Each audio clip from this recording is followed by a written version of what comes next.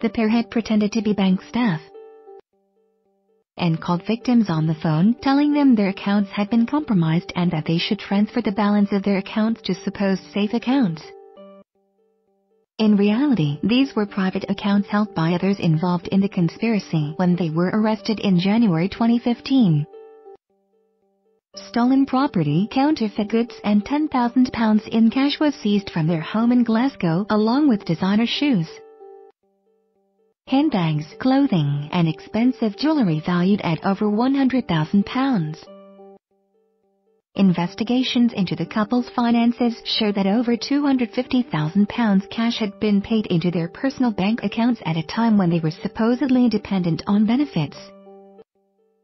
This money was used to fund a luxurious lifestyle, including holidays abroad in Dubai.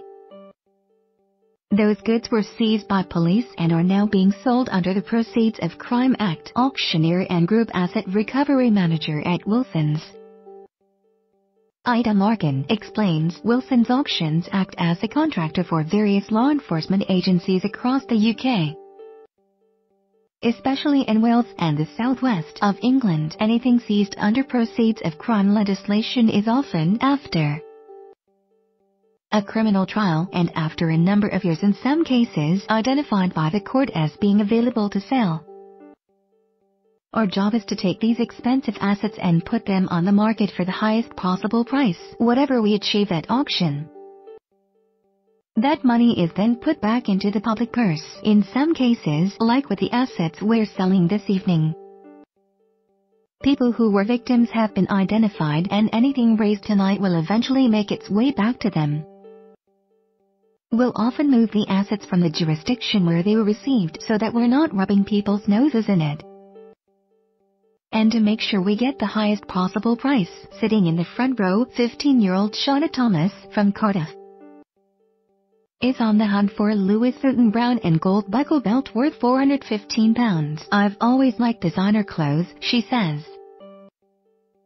But there's not many designer places in Cardiff and Newport where you can get and buy stuff. I've been to an auction before, but not for designer clothes. When I saw this, I needed to come. The best advice I was given was by my mum, do not go over what it's worth. Mandy Connors, 18, from Cardiff, is also ready to add to her designer wardrobe. I'm probably after the leopard print Christian Louboutins and the pink Jimmy Choos.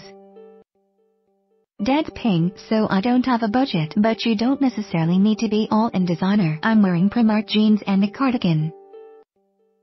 You can always dress things up. Picking up a Cartier watch worth over £10,000 for around a quarter of the price, an impressive £2,620, was 42-year-old Natalie Payne. From Cardiff, we're here to get some bargains and, really, for the atmosphere, Mum Natalie says. At the end of the day, it's nice to have this near Cardiff. I've seen a nice pair of Gucci shoes and I had my eye on the Cartier watch. There are bargains to be had. Things go for more in the second-hand market, especially if you get a Rolex. You're not going to lose money. It's a future investment. Bill Ali, 28, from Birmingham, has made the near 100-mile trip especially to see the goods in person. I've had a look at a couple of lots, he says, and I've got my eye on a couple of watches. It's what comes along at the right money. Them I'm willing to buy. Although this is Bill's first auction in Wales, he is no stranger to sales around the country. By the end of the night, it seems the trip was worth it. He's going home with a load of designer clothes and a watch. Auctioneer Aidan revealed that over £100,000 had been taken at the sale.